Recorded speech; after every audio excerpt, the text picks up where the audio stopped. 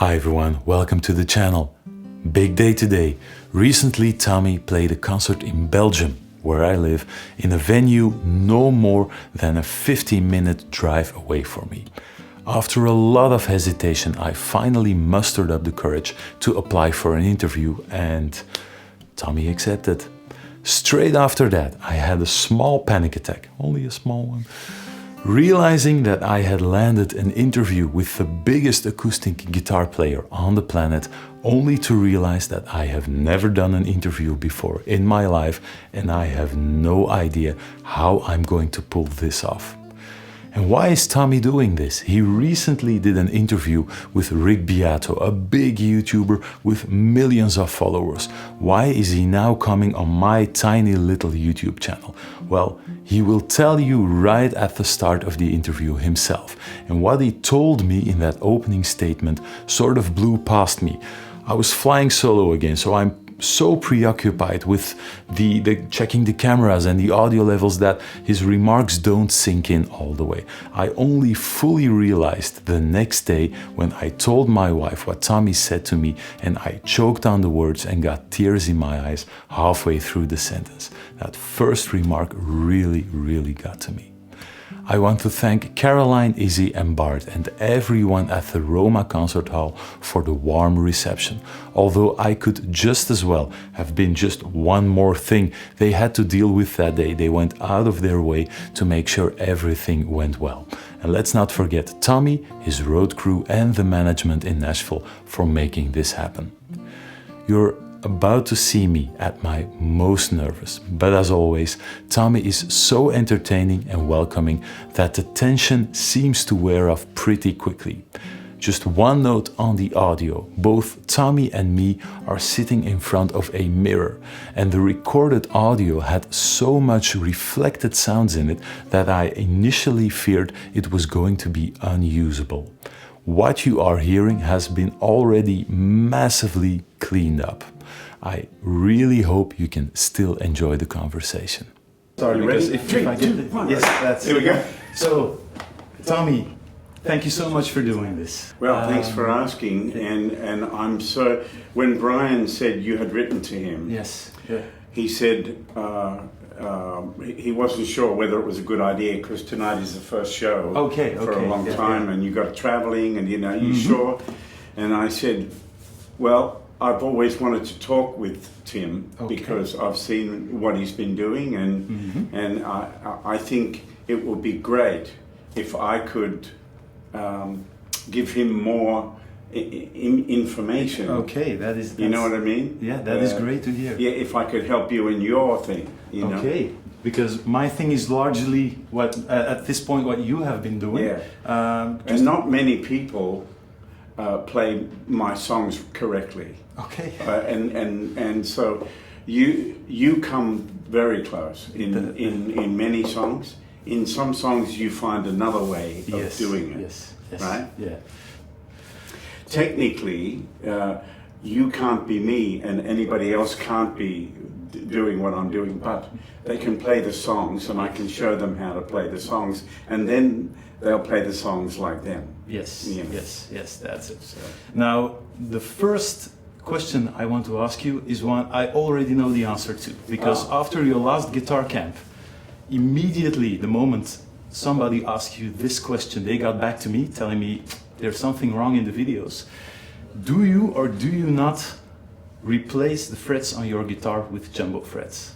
No, I don't. Okay, so, and I helped promote that. If I need jumbo frets, I'll get them put in. But okay. This guitar is brand new, so this is the frets that come with me in guitars. My cutaway guitar, I had some issues with the neck, and the treble side bowed up and the bass side bowed down. Okay. And this happens because it's wood, you know. Yeah. So what I did is I had the frets taken out, the neck shaved flat, and new frets put in. And the guitar came back so great, you know. And the guy said, "What frets do you want?" I said, "The same as what is there." I don't think I have any guitars with jumbo frets. Okay. This was something while doing some research on the video that I read it somewhere. So it was actually another. How about that? Yeah. It was actually another big acoustic guitar player who toured with you. So I thought this is going to be first-hand information. Okay. So and that didn't turn out to be right. So just to prove that I have no problem with being corrected, that is out there. I helped promote that piece of misinformation, and I hope it's been set straight now. Yeah. But that does bring us to the subject of your guitar setup. Right. And to me, it seems as if I think, or at least I assume that you play with a very low action on your acoustics. Here, why don't you play? Okay.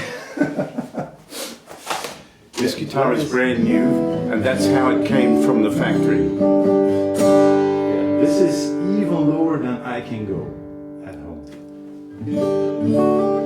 Well, in all fairness, what I did is the guitar came from the factory, and the neck moved a little bit when I went to Jamaica 2 weeks ago.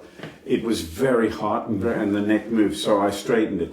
So now the neck is pretty straight. So, but as you can hear, there's no buzzes.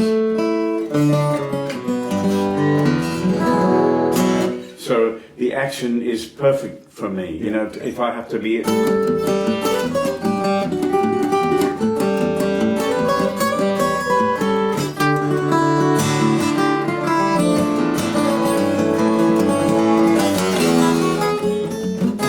As you can hear, the dynamics of the instrument are all there. It's all there. Yeah. That is. Yeah.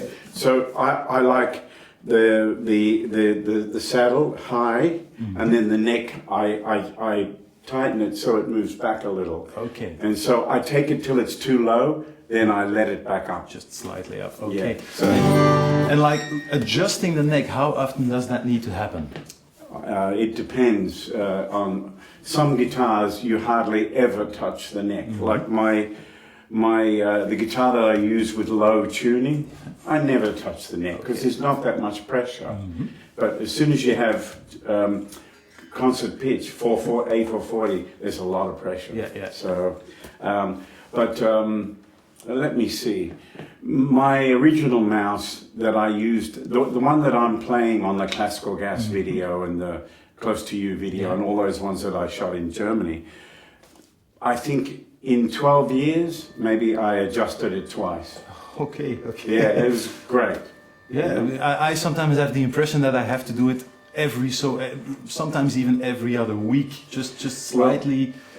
Well, it moves and it's sensitive to heat and cold and really sensitive to no humidity. Okay. And this is Europe where there's not a lot of humidity. So, I'm putting a humidifier inside my guitar every night.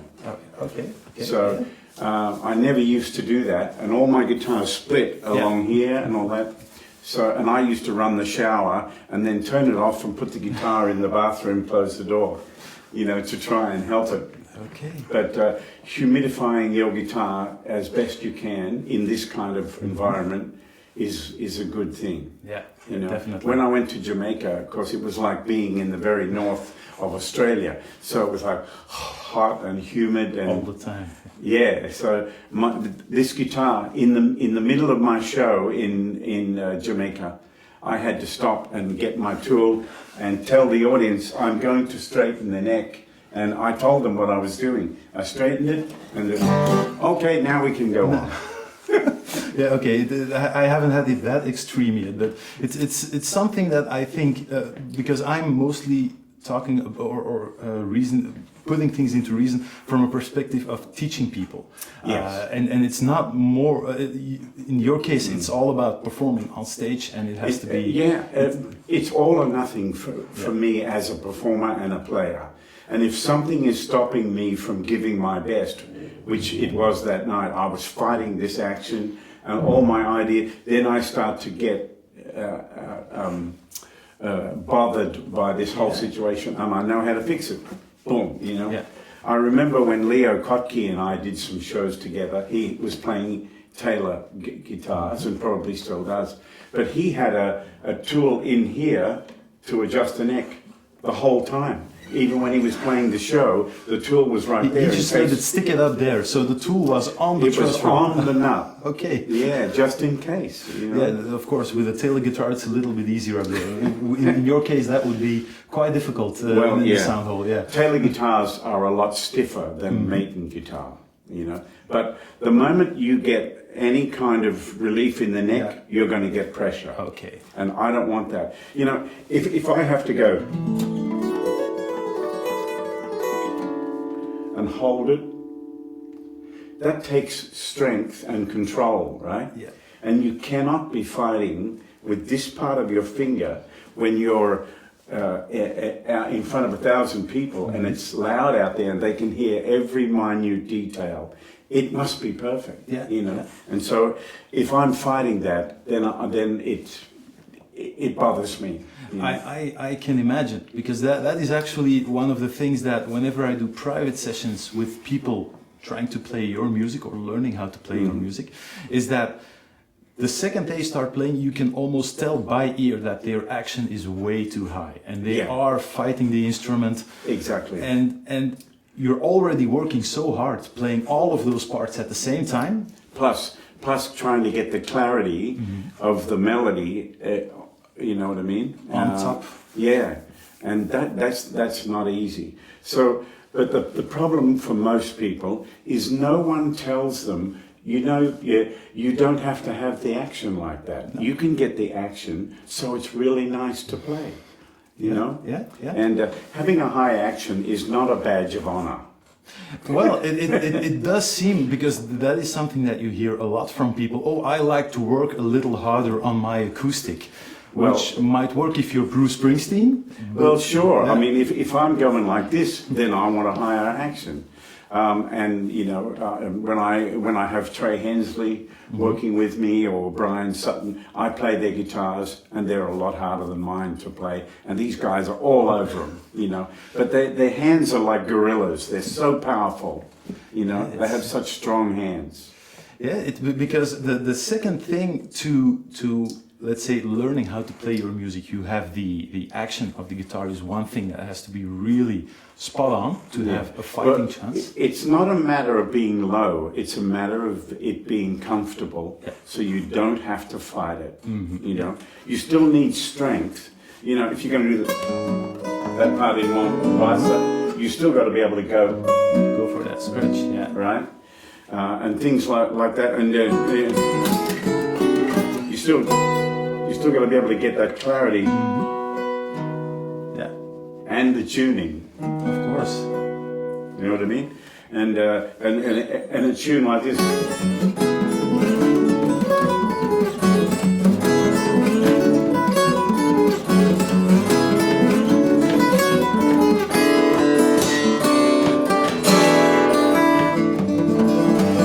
Right? Yeah. You get that, and tunes like Fuel.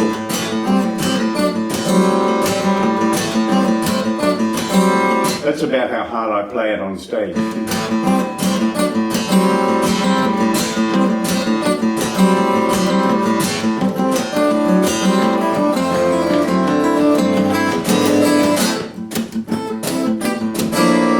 So I'm asking the guitar to give so much, aren't I?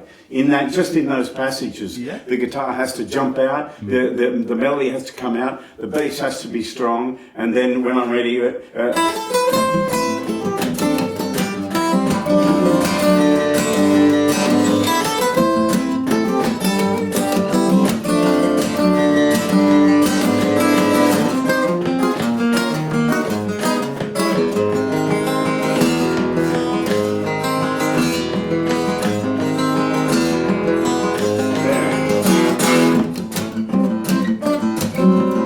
So I'm controlling the dynamics of the instrument with my hands and the way I'm playing it. Having that balance in the way the guitar is set up, it's comfortable to play. Either you do it through a lower action or maybe some lighter strings for some people.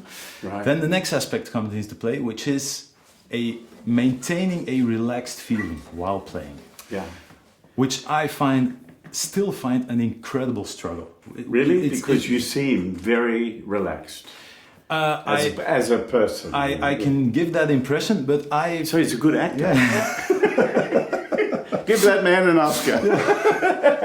The thing that I want to say, I have done everything wrong twice, thrice, whatever. Wow, I've done everything wrong 1,000 Yeah, times. so what happened to me is I got your ages ago, I got your Live at Sheldon Hall DVD. Oh. I saw Lateral. That was the first thing that rolled through the video. Yeah. And that was the first song I tried. Never held a Thumbpick in my life, and that's you what didn't play.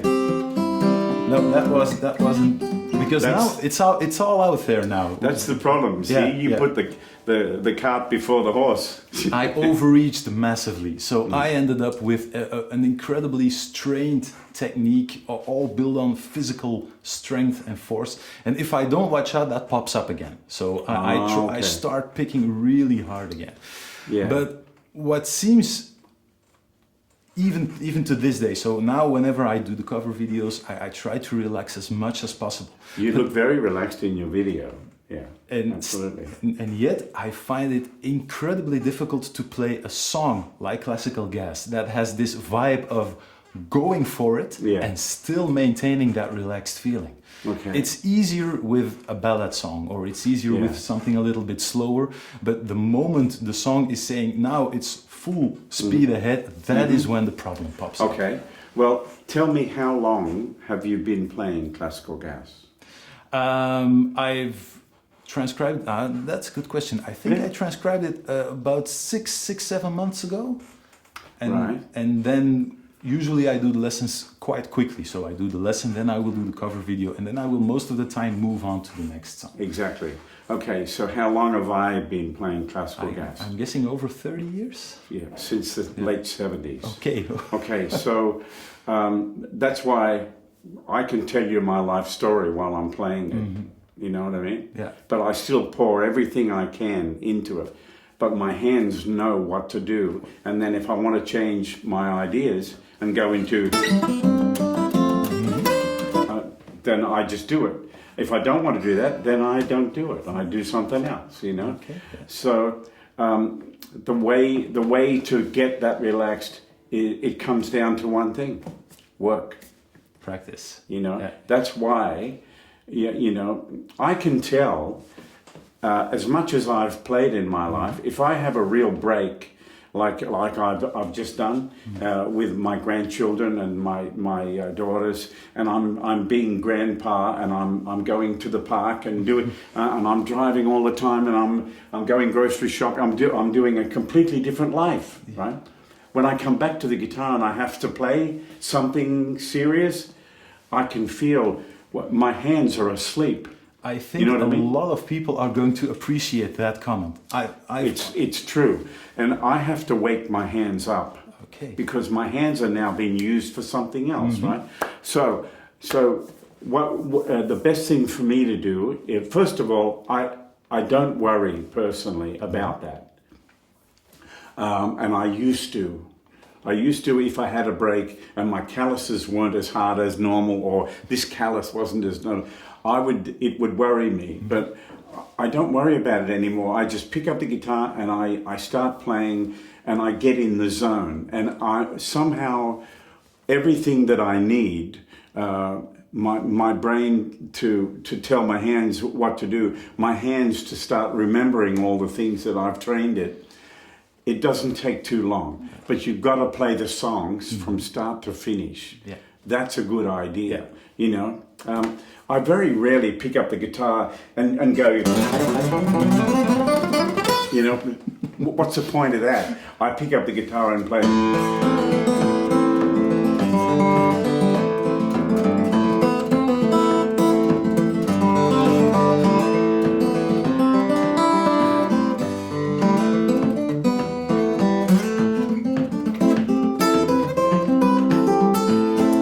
So that's a song I wrote a long time ago, and I can feel when I play that my calluses are not as hard as they were 2 weeks ago, because I've been playing with my children and digging gardens and doing other things as well as playing a bit every day, but it's not the same. You know, Yeah, a 2-hour show with everything you can throw at it really gets you in shape. I can imagine. And I practice and play a lot when I'm touring. I get up in the morning and play full out. You know, at 7:30 in the morning, I'm in my room going as if everyone's watching. Yeah, okay. You know, so I'm like always in training.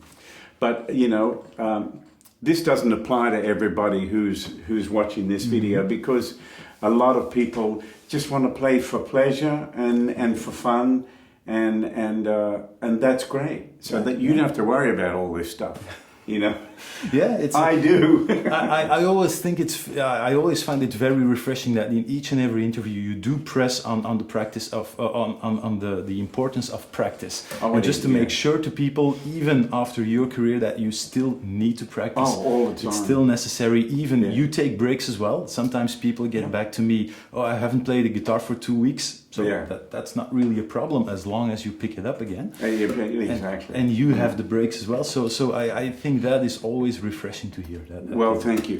The issue for me is that I can't be doing any warm-up shows. There's no such thing as a warm-up show, because every time I walk on stage, it's full out or nothing. You know. Yeah. So sometimes I've struggled on stage.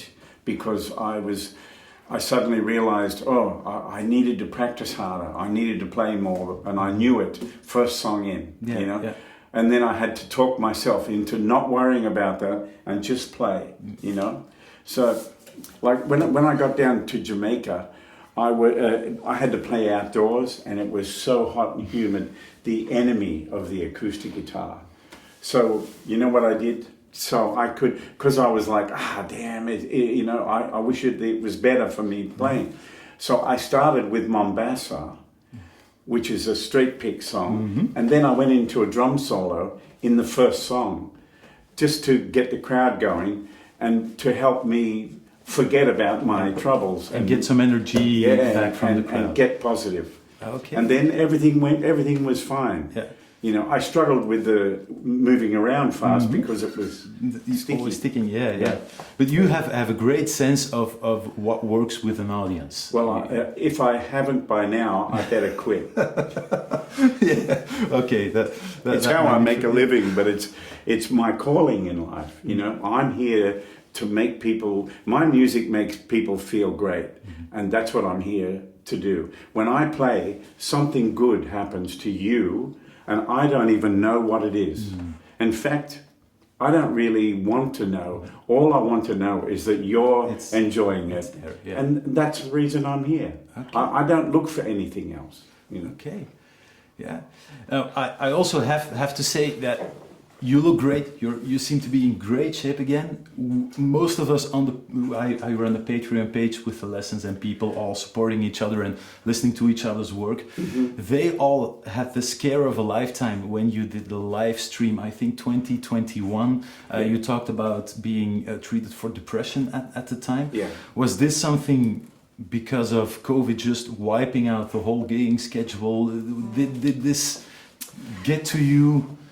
Well, I think I got into a bad situation with alcohol. Oh, okay. And so I had to go to treatment, and now I've been 18 months completely sober, and I am in the best spirit and the best shape I've ever been. It shows. It shows. Yeah. I feel myself again. So you know. That is, I have family members who went through the same struggle as well. Yeah. So I can imagine what an ordeal it must have been, and I think. Well, my family life broke apart, and I just went straight downhill. Yeah, and there's nothing I could do to fix it, but there's something I can do to fix me. Yeah. And so that's what I did. And I asked for help, and I got it. So thank you for asking. Yeah, I'm in wonderful shape, and I love my music, and I love playing for people so much. Okay. So You know, I think I speak for everyone. We are all very glad to have you back in this shape. More than anything else. Thank you. There is one question that I've been wanting to ask you for a number of years. Okay. Like I just told you, the first time I ever heard you live was on the Live at Sheldon Hall DVD. I was in college at the time, studying music, so I was on my way to become a freelance player. I bought the DVD, I watched it in full, I gave it to a friend of mine, I think he was a drummer or a bass player. I said, you have to watch this. And I got the DVD back a year and a half later from somebody completely else. So it went through the whole school. So everybody just watch this. I know you're a piano player, it's guitar, but just watch this. Right in the middle, there is a section where you give a guitar lesson. Is it? Yeah. I don't remember because I've never seen it. Yeah, you do the Tom's thumb exercises, starting with the alternating bass line, adding the chord, adding the skip beat after that. Oh, okay. And then after that, there is a small section in which you talk about hoping to inspire people, hoping to draw them into at least giving this acoustic thing a try. A try, yeah. How do you think that mission has fared so far? Greater than I ever imagined. Yeah, and I'm sure Chet Atkins would tell you the same story. Because, first of all, when I wrote to him, I was 11 years old. So it was, you know, how long ago? 54 years ago or something, right? So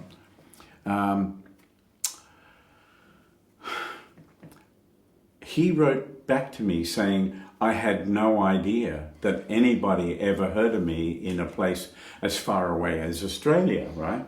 So then when I grew up and I had a career going and I started doing well in many areas, I got to know him well, and I would call him up from places like Malaysia and Thailand, and I'd say, I'm doing a workshop this afternoon. There are 500 students in this hall. And do you have a message for them? And he's like, in Malaysia? Who knows me there? I said, everybody. And he had no idea, you know. So, and he didn't even have the internet, you know. So I was his internet. I can imagine. But, you know, he would always say, tell them to tap their foot. Yeah. You know, that was his thing. Tell them to pat their foot. But, yeah, I'm really so amazed, and I'm so glad to be present and with it here, to witness so many great young players coming around, so many people being inspired and excited about playing, you know.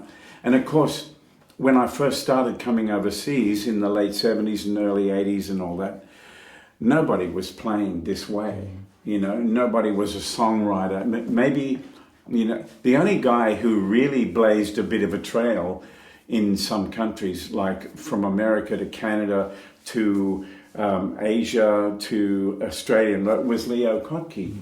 You know, there was Bert Yance and John Renborn and those guys, but they very rarely came to. Like, I remember opening for Bert Yance in Australia in 1976.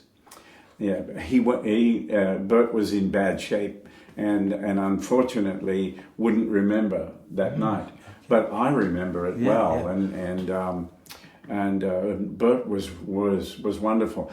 But, you know, I remember being across the road from Leo Kottke's hotel and seeing him, his show at the Sydney Town Hall was sold out. I couldn't get a ticket. I couldn't meet him because I couldn't go into the hotel. And a guy with a chauffeur's hat came out with two guitars, put them in the back of a Rolls Royce, a white one, and out came Leo and hopped in the car and drove off to the Sydney Town Hall in a white Rolls Royce. And I said, that's for me. Okay. Yeah, I think it's just amazing because to a lot of young people, you are exactly what Chet Atkins was to you.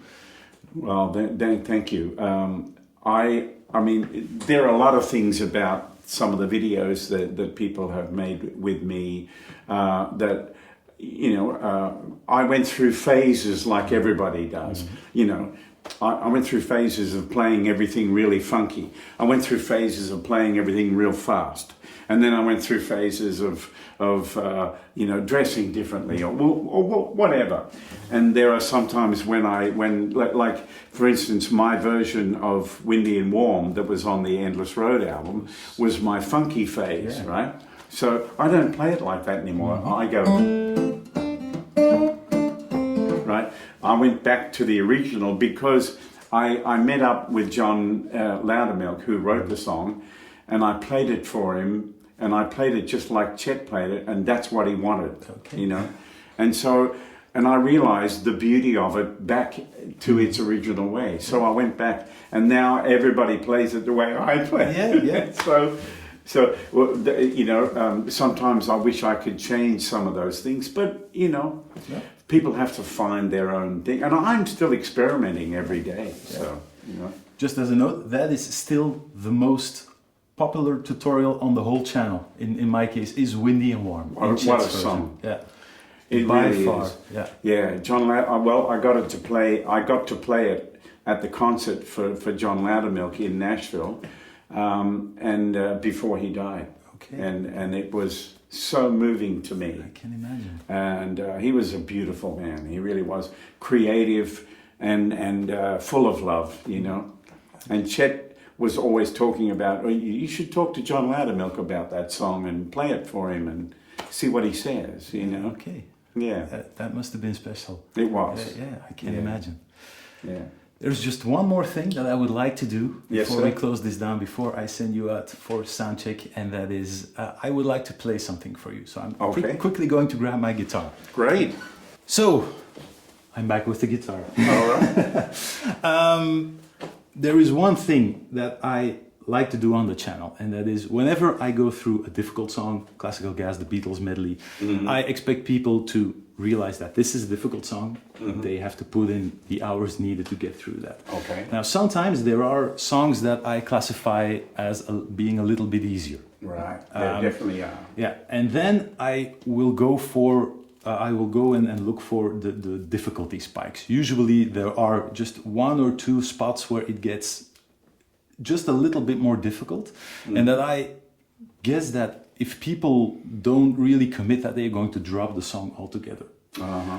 I will then go and look for an alternative. And whenever I do the lessons, I will always tell people, I don't know if Tommy would approve of this. I also know that he plays the way he plays the song for a reason, because that is exactly how he wants it.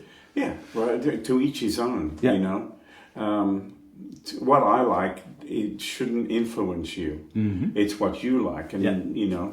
And you know, I stole as much as I could from Chet Atkins and Jerry Reed and Merle Travis and everybody else who came along, because I liked it. You know, that's why I stole it. You know, and then I eventually developed my own thing. But you know, it's the same with guitars and strings and amplifiers and all that stuff. What I like doesn't matter. It matters to me, but it doesn't matter to you. What matters to you is what it sounds like. You're playing that guitar because you like it. That's good. But to some people, getting it right is nothing short of an obsession. It has to be like Tommy. And then whenever I do these alternatives, I get comments that you shouldn't be dumbing down these parts or that or that. Just play it exactly like it is. Well, I can promise you that if I think you're dumbing it down, I promise you I'll tell you. Okay. I just want to play you one small section from It's Never Too Late. And originally, it's quite a small room. I was intending to turn my back to you to see if you could identify what has been changed. Okay. All right. So I'm curious to see. Maybe I'll go and try it.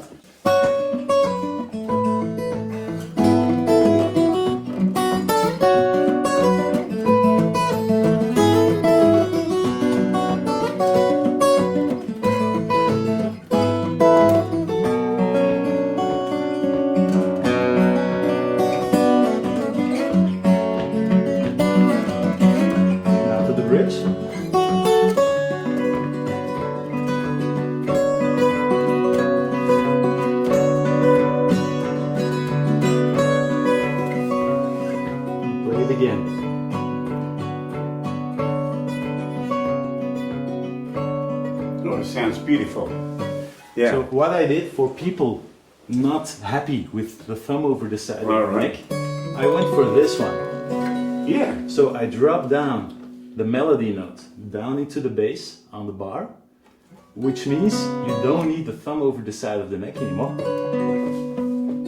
So instead of playing the D, so it's now the bass note is sitting on the bar this time. Oh yeah. On the D string, yeah. And then you can just hold down.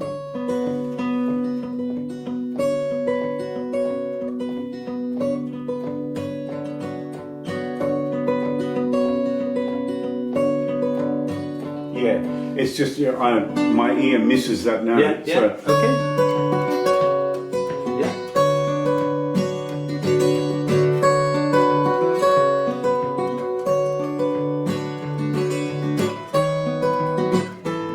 Is that right?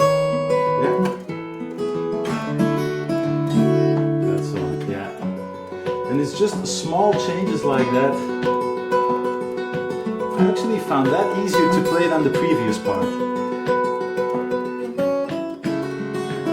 Well, let's play it together.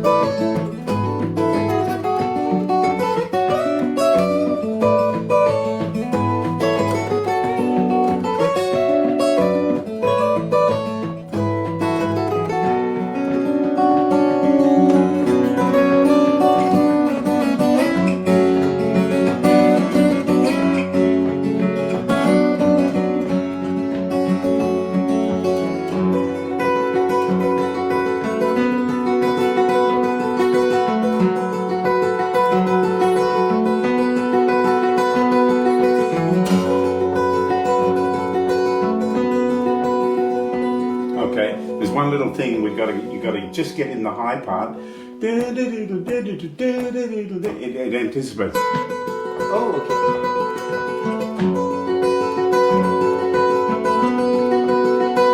There you go. It's a banjo roll.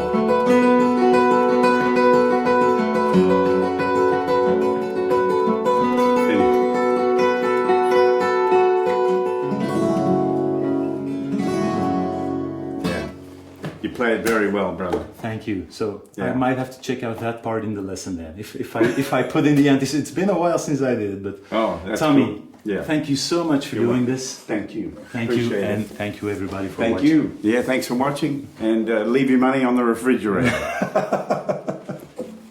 Thank you so much, Tommy. See you, brother.